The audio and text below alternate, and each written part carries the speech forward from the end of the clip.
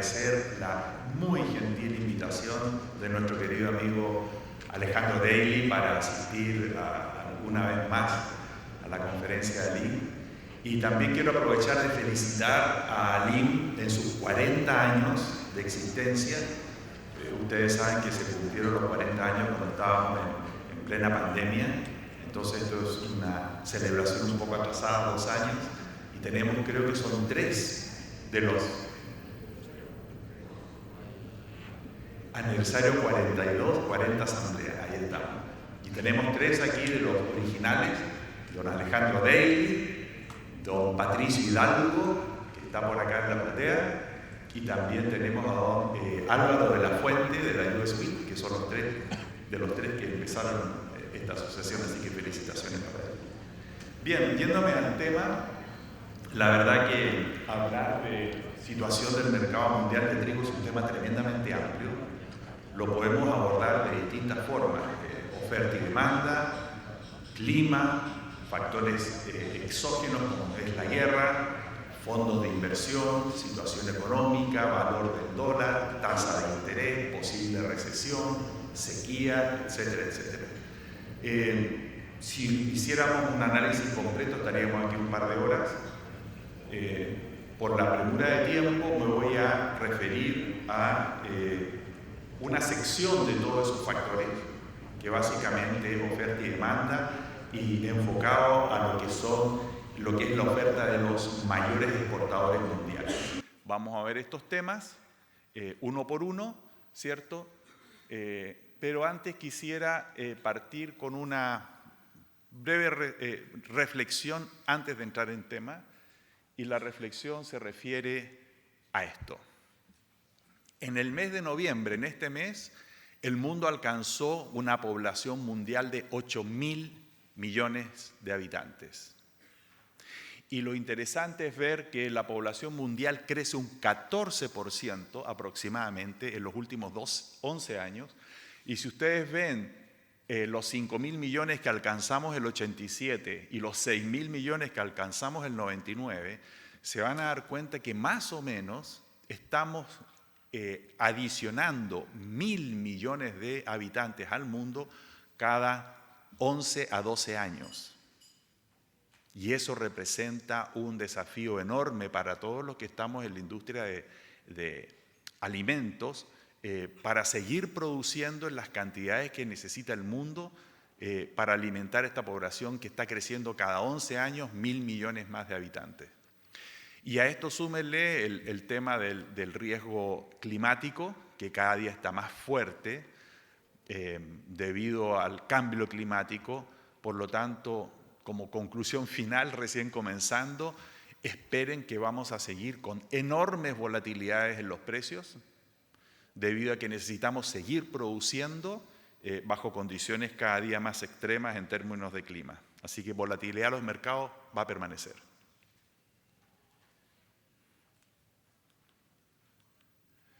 Vamos a comenzar rápidamente con oferta y demanda mundial de trigo. Este es un gráfico muy conocido por todos ustedes. Esto es a nivel mundial, todo el planeta, ¿cierto? Donde tenemos el consumo en azul y la producción en rojo. No se ve tan mal la situación, la verdad que estamos con una producción que va muy encima del consumo. Los inventarios finales que están abajo en verde los vemos declinando en los últimos años. En 10 años, porque yo hice todo gráficos para 10 años, la producción crece un 19%, el consumo crece un 15%. Y el 19% arriba del 15% en el consumo se debe a que el primer año, como ustedes ven, 2012-13, tuvimos mala producción. Entonces comenzamos esta serie con un año de producción baja, pero más o menos deberíamos ser 15 y 15. Ahora, esta es como vemos la situación mundial, pero si nosotros sacamos a China del panorama, tanto en producción como en consumo, vemos, y manteniendo las mismas escalas, porque son las mismas escalas de gráfico, vemos que la situación varía levemente. Primero vemos que la producción va mucho más encima del consumo, vamos más en línea con el consumo que el gráfico anterior, y los inventarios finales están bastante más bajos Ahora, para entender mejor todavía la situación, porque hasta ahora no hay mucho problema, ¿no? Estamos bien. Lo que tenemos que hacer es ver cuántos son los inventarios finales. Como ustedes saben, los inventarios finales son un gran factor que va a influir sobre los precios. Y la mejor forma de verlo es la razón de inventario sobre uso, que en el caso con China, perdón, el caso anterior era sacando China, vimos ahí la baja en la gráfica. Aquí tenemos el mundo entero con China, en los stocks para uso 34%, bastante confortable, un 34% de stock para uso. Pero si sacamos China, la razón de stock para uso se va al 19%, que es relativamente peligroso para los trigos. En otros granos, como maíz y soja, jugamos anualmente con 12, 16%, 18% y es normal. Nosotros estamos acostumbrados a niveles mucho más altos, 24 o 25%. Hoy día estamos apenas en 19%. Esto ya es un factor, entre comillas, alcista para los trigos. Ahora, yéndonos a lo que son las producciones de los mayores exportadores mundiales. Aquí tenemos una gráfica de las producciones de los mayores exportadores más China e India. ¿Qué es lo interesante? Fíjense que si ustedes toman China, India y los mayores exportadores mundiales, que son la Unión Europea, Rusia, Estados Unidos, Canadá, Australia, Ucrania, Argentina, tenemos el 80% de la producción mundial. 80%. Y estos dos países, China e India, entre los dos ya suman un 30% aproximadamente de la producción mundial, siendo grandes consumidores, ¿cierto? Y bueno, India ya está volviéndose un exportador ocasional, llegó a exportar 8 millones de toneladas India, pero no pasa todavía al grupo de los exportadores. Esta es más o menos la distribución, siendo que el mayor productor de trigo es China con 18% y la Unión Europea con 17%. El otro punto interesante, la mitad de la producción mundial está en manos de los grandes exportadores, lo que es bueno, porque quiere decir que son aquellos que van a surtir, ¿cierto?, el resto del planeta. Por otro lado, esta es una línea de producción, cómo han sido las producciones de los mayores exportadores en los últimos 10 años. Y dos cosas importantes a anotar acá, la Unión Europea, como ustedes la ven, viene en un decrecimiento de producción. Alcanzó un pic en el 2014-15 aproximadamente de 160 millones y hoy día va en 134 millones. Y Europa, lo que ocurre ahí es bien significativo porque Europa usa el trigo para forraje, distinto a Estados Unidos que tenemos maíz en abundancia. En Europa era mayormente trigo para forraje e incluso se usa el trigo para etanol. Y en los últimos 10, 15 años, cuando empieza a subir la producción de maíz en Ucrania y fuertemente la producción de trigo en Ucrania, Rusia, Kazajistán, estos países comienzan a abastecer de un grano barato forrajero a Europa y Europa entonces tiene la libertad de bajar un poco la producción, como están viendo, dedicarse más a la exportación y suben las exportaciones de la Unión Europea y hay un cambio de uso básicamente en el grano. El caso más importante de los grandes exportadores es Rusia, sin duda. Fíjense que en apenas 10 años Rusia sube su producción desde 38 millones a los actuales 91 según el USDA. Toda mi data es basada en los reportes del USDA. Y en el mercado privado estamos hablando de que Rusia este año no va a producir 91, sino que 100 millones de toneladas métricas. Entonces, de 38 a 100 millones es un cambio significativo. Ahora, para entender lo que pasa con el resto de los otros exportadores mundiales, voy a usar esta misma gráfica, pero voy a sacar a Europa y Rusia. Y quedan los otros países. Ojo que esto es producción todavía. La producción de los Estados Unidos es la única que viene decayendo y vamos a hablar un poco más sobre eso más adelante. Venimos decayendo desde 63 millones que alcanzó un pico en el 15-16 a los actuales 45 millones, de 63 3 a 45. La declinación es fuerte. Sin embargo, estamos compensados por fuertes incrementos, como ya dije, en Rusia y también en Ucrania. El caso de Ucrania es muy importante. Fíjense que Ucrania era un neto importador y hoy día es el cuarto mayor exportador de maíz y cuarto mayor exportador de trigo a nivel mundial. Y en el caso de Ucrania pasamos de una producción de 16 millones a 33 millones. O sea, duplicamos la producción de Ucrania en estos 10 años. Por supuesto, ahora tenemos esta caída a 20.5 por todas las razones que ustedes ya saben. Los otros países realmente también todos están incrementando sus producciones. El otro caso interesante es Argentina. Argentina pasa de 9 millones, cuando comienza este decenio, a los actuales 23 millones que se lograron el año pasado. También un fuerte incremento y potencialmente Argentina sin duda puede llegar a los 25 millones sin ningún problema. Vamos a hacer lo mismo ahora, pero hablando sobre exportaciones. Ya vimos la producción, ahora nos vamos a dedicar a ver la exportación. Y aquí a la derecha, a la izquierda tienen los mayores productores, que hice mantener el gráfico para que comparen, y a la derecha están los mayores exportadores. Y como todo el mundo sabe, el Mar Negro ya es el mayor exportador de trigo del mundo como grupo, ¿cierto? Tenemos Rusia, Kazajistán, Ucrania, que son 3 de los principales. Recordemos que la ex Unión Soviética, Mar Negro, son 9 países. Kazajistán, Kumerkistán, hay varios más, yo los voy a nombrar más adelante. Hartos están. Pero entre los 3, Kazajistán, Ucrania y Rusia, ya suman 29-30% de la exportación mundial. Es muy fuerte. Luego, en mi opinión, estos 3 países, el Mar Negro, es el que está dictando la dirección de los precios futuros de los trigos. No solamente los futuros, también los FOB.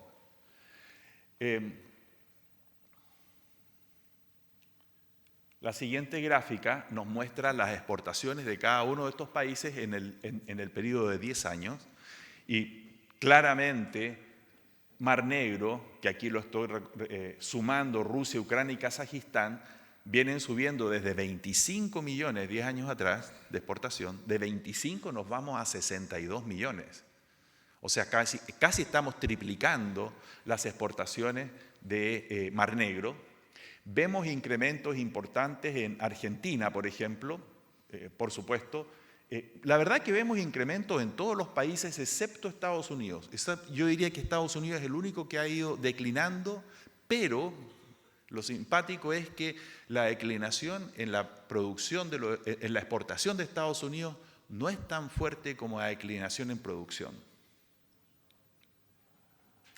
Y para entender en forma global cómo están estos mayores exportadores, lo que hice aquí fue lo siguiente. Todos los exportadores, mayores exportadores mundiales, los puse en una gráfica de producción, que es la primera de la izquierda. Como ustedes ven, la producción viene subiendo. No pareciera tener un problema de trigo el mundo. Claramente no hay un problema de producción de trigo.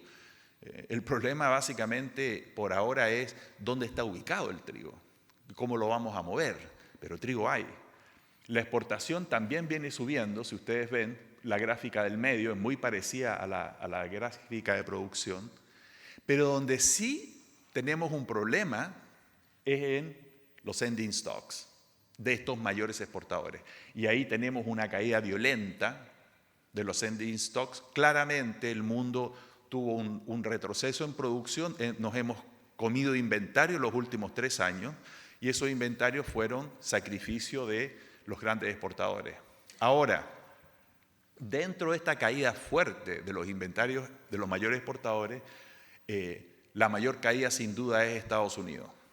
Como ya dijo mi amigo de la US Wheat, la caída fuerte en inventarios viene en Estados Unidos y el incremento fuertísimo en inventarios es en Rusia.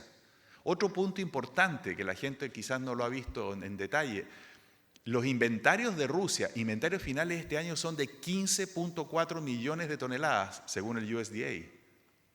son los mayores inventarios de trigo en la historia de Rusia. Y eso nos da un tono bajista. Entonces estamos viendo que a nivel mundial tenemos factores alcistas, tenemos factores bajistas y tenemos los famosos factores de riesgo, que para mí hoy día no es la guerra, el principal es el clima. Me quise detener en este punto porque creo que nos va a ayudar a entender otros factores del mercado mundial de trigo. Aquí lo que voy a analizar es trigo versus maíz en el caso de los Estados Unidos, le llamo yo. Y esto pretende dar una pequeña luz de por qué tenemos esta declinación de la producción en los Estados Unidos.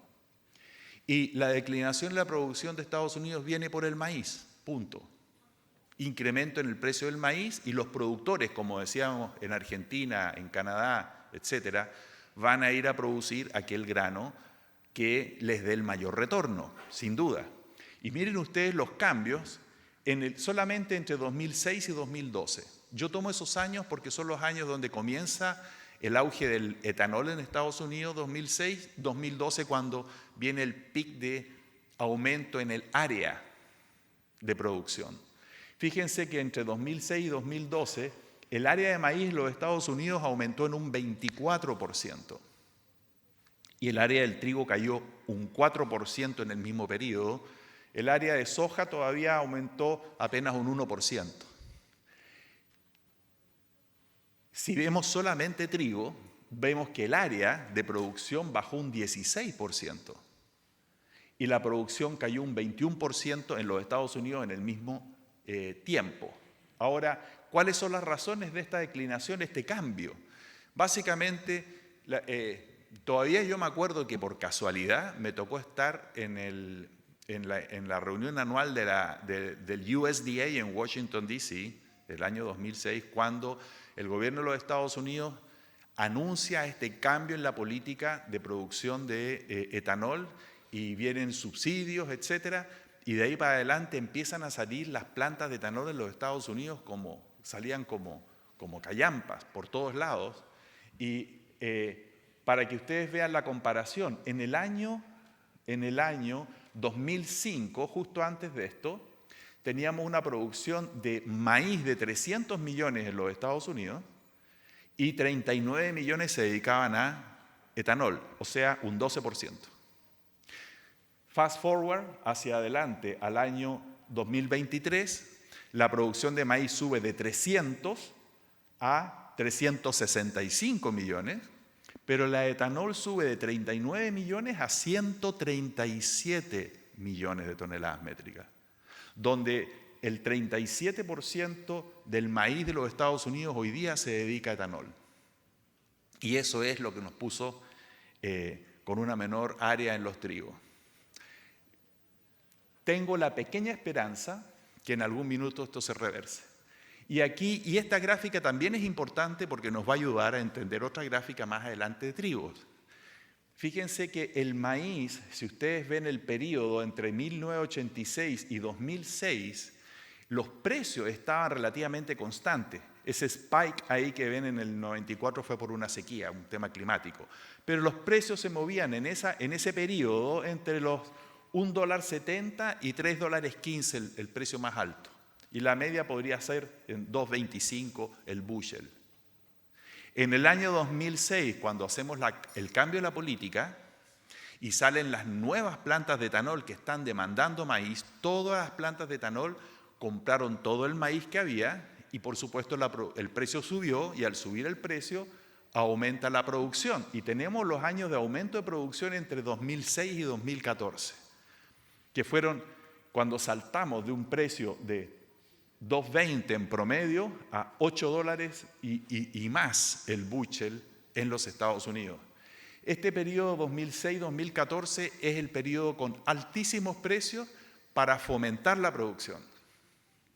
Y llegamos al año 2006 cuando finalmente Estados Unidos logra los niveles de producción de maíz que necesita para suplir las plantas de etanol y el precio cae.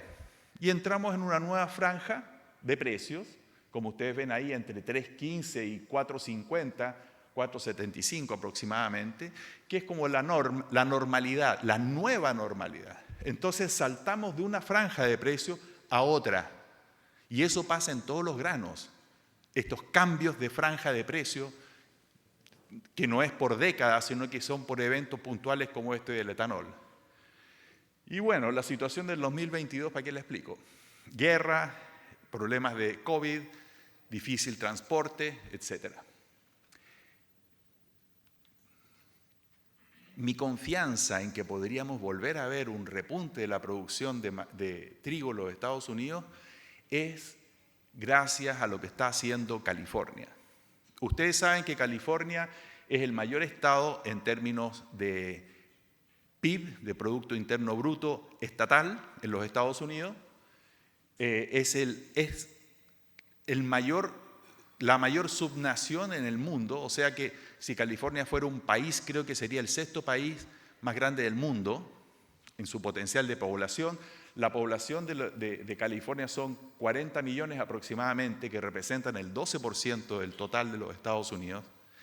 Y este estado dijo o determinó que en el año 2035 no se va a permitir la venta de vehículos nuevos por combustión interna.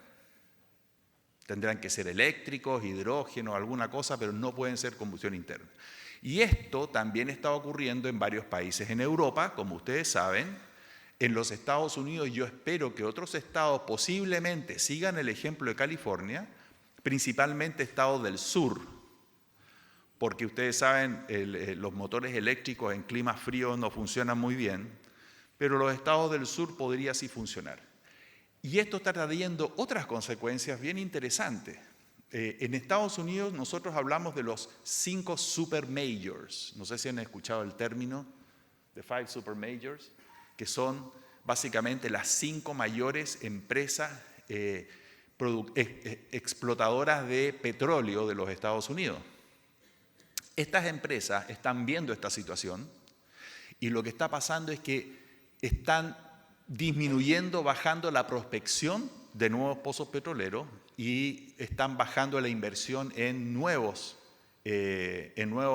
refinerías, etcétera, de petróleo, pensando que en el 2035 el negocio se va a caer. Lo mismo lo pueden ver ustedes en Arabia Saudita. Estos países, grandes productores en Arabia, están saliendo a vender sus empresas. Ustedes lo han visto, están tratando de venderla a público porque saben que va a durar poco. No van a ser 20 años más, 30 años más de riqueza. Eso en algún minuto nos va a provocar un problema, porque si no hay un desarrollo, una prospección de petróleo, y el fracking también fue muy atacado por los ambientalistas en Estados Unidos, vamos a tener un periodo, yo creo, en estos próximos 10 años, hasta el 2035 quizás, donde vamos a tener un déficit de petróleo y posiblemente vamos a seguir aumentando la producción de etanol hasta que entremos en el 2035. Mi teoría, muy personal por lo demás. Factores entonces que afectan los mercados de trigo, esto ya lo sabemos, guerra en Ucrania, las medidas inicialmente tomadas en los Estados Unidos y que afectan a otros países, como las tasas de interés, la lucha contra la inflación que estamos teniendo, subiendo las tasas de interés, una posible recesión en los Estados Unidos. Técnicamente, el mes pasado se hablaba que técnicamente estábamos en recesión en Estados Unidos por un crecimiento negativo. Yo todavía no lo veo muy claro eso. El clima, sin duda, el factor más importante. Estamos con sequía en Europa, en los Estados Unidos, fuerte sequía en el Midwest. Como decía Mike, estuvimos sembrando en polvo. Eso de sembrar en polvo quiere decir que los productores tuvieron que sembrar este trigo de invierno casi sin agua. China también cayó con sequía, y para qué decir Argentina. Y lo raro este año es que Argentina con una fuerte sequía, mientras al otro lado en Brasil estábamos con exceso de agua. El COVID va a seguir afectando sin duda de alguna forma a través de China. China sigue siendo el malo de la película con las restricciones de COVID. Ustedes vieron que el alza en los precios del trigo en los últimos 2 días fueron causados por las protestas en China debido a aislamiento de gente por el COVID que va a provocar una baja en la economía, ¿cierto? Y eso bajó el precio del trigo. Así lo dicen los mercados, por lo menos. Y como resultado de todo lo anterior, una posible recesión mundial que los economistas hablan llegaría a finales posiblemente o a mediados del 2023. Vamos a ver si nos salvamos de esa. Conclusiones: un clima seco en grandes regiones, Unión Europea, China, Argentina, etcétera, debería dar una mayor volatilidad a los precios hasta la próxima cosecha. Tenemos problemas en cosechas de maíz también. Recordemos que cuando hicieron la pregunta en Argentina sobre el frijol de soja, ellos están sembrando soja ahora y están sembrando con seca.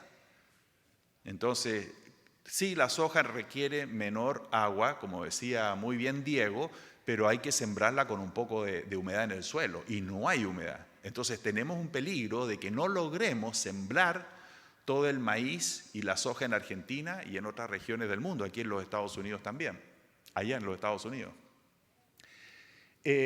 Dólar index alto, los problemas de guerra, las vicisitudes que tiene el mundo, obviamente provocan una alza en el precio del dólar y eso es bajista para los precios de los commodities preciados en dólar, ¿cierto?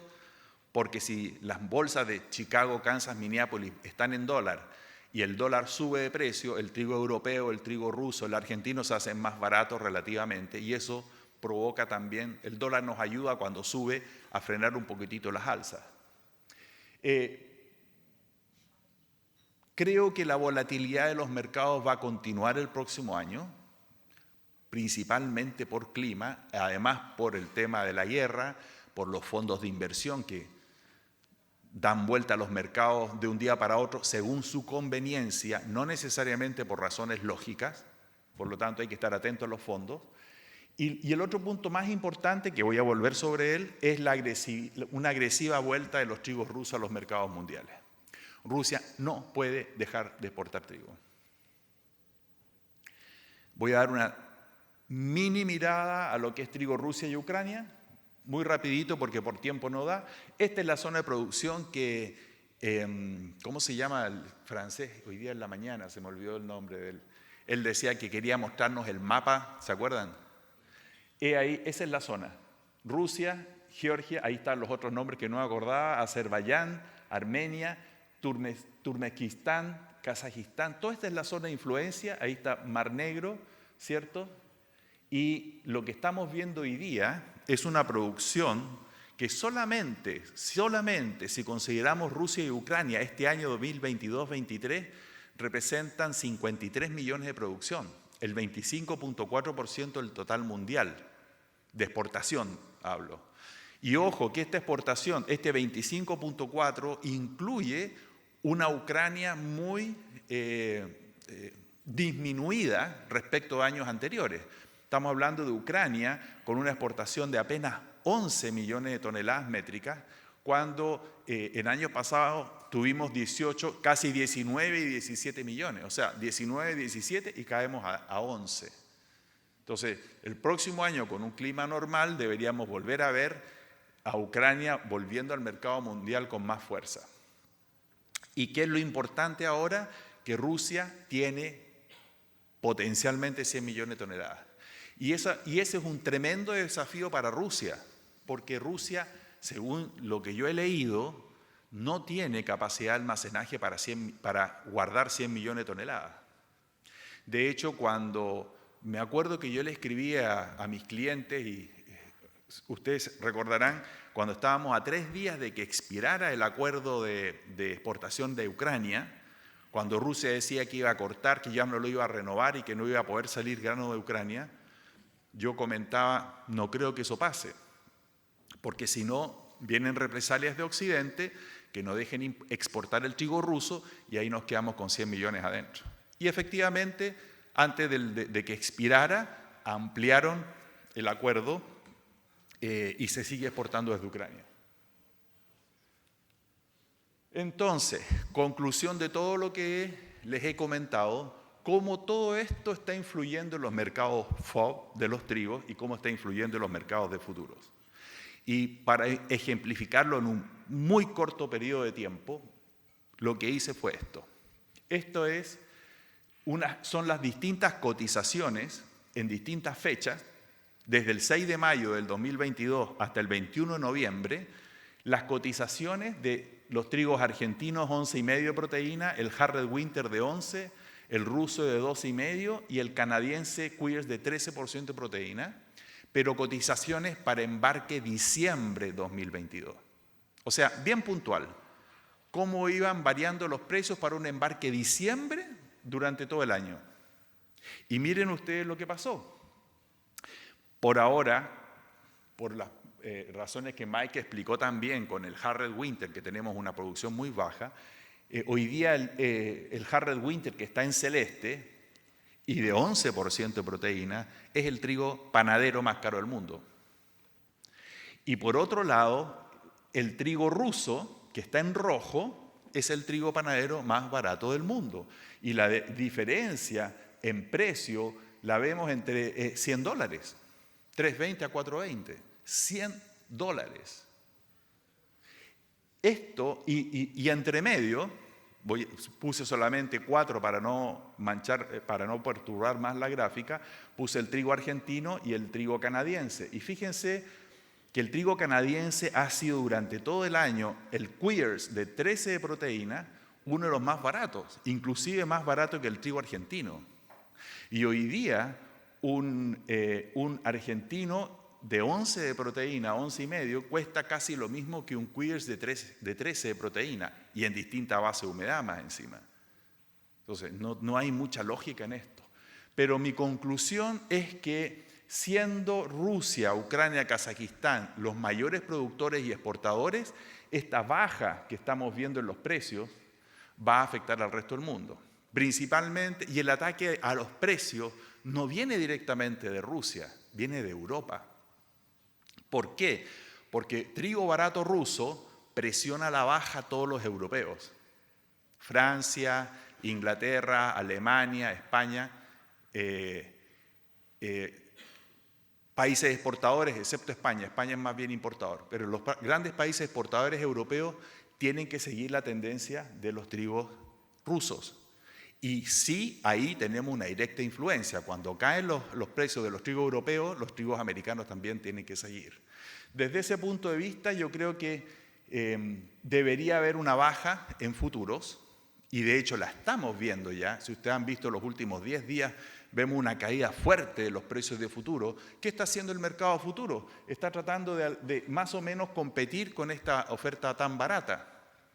Y hay gente que dice, Estados Unidos vamos a seguir con precios caros. Sí, vamos a seguir con precios caros. Tenemos una menor producción de Harred Winter, es verdad. Tenemos una menor producción de trigo argentino, es verdad. Pero al final del día igual hay que exportarlo. Igual hay que exportarlo. En Estados Unidos tenemos 21 millones para exportar. En Argentina tenemos una cantidad X que, bueno, lo tengo yo en otro reporte, que también va a haber que exportar. Entonces, tiene que haber alguna influencia. Y pasando a los mercados de futuros rápidamente, ustedes ven aquí lo que pasó, el pic con la guerra, los mercados bajan nuevamente. Aquí tenemos Kansas, Minneapolis, Chicago y Matif. Por supuesto, Matif, que es PM, está en el axis de la derecha, ¿no? Y esto es lo último que les muestro. Este es un estudio muy simplificado, porque es un poco más complejo, pero lo traté de simplificar a esto. Hice 3 rangos de precios, rango 1, rango 2, rango 3. El rango 1 corresponde a los precios del año pasado hasta el 30 de septiembre del 2021. Rango 1. Ahí ven ustedes la flecha, rango 1 termina el 30 de septiembre. Esto era el año pasado donde teníamos precios, esto es, ojo, el precio continuo de Kansas, panadero, que no superaban los 730 centavos por bushel. El 30 de septiembre se disparan los precios porque el 30 de septiembre es época de cosecha, de ahí para adelante, es época de siembra de trigos de invierno en los Estados Unidos y empezamos a ver problemas a nivel mundial para sembrar trigos en ese minuto, suben los precios al rango 2.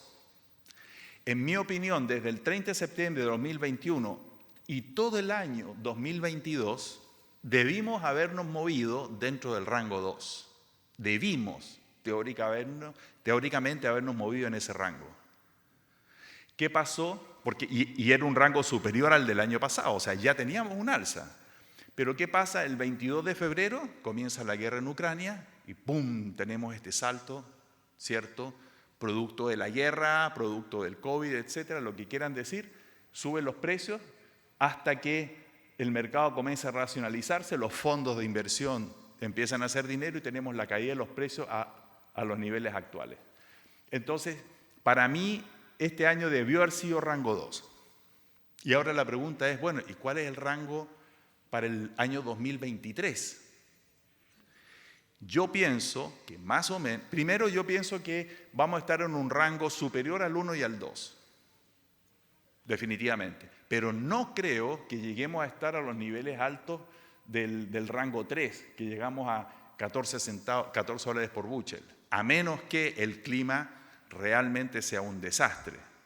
Pero si tenemos un clima difícil, pero no tan terrible, creo que podemos movernos en la mitad del rango 2, o sea, un bajo en 800, hasta un alto de 1050 dentro del rango 3, más o menos. Y eso, obviamente, como decimos en economía, ceteris paribus al día de hoy. ¿Ya? De aquí para adelante, el clima, los fondos y la guerra decidirán cómo nos movemos. Pero más o menos esa es mi idea.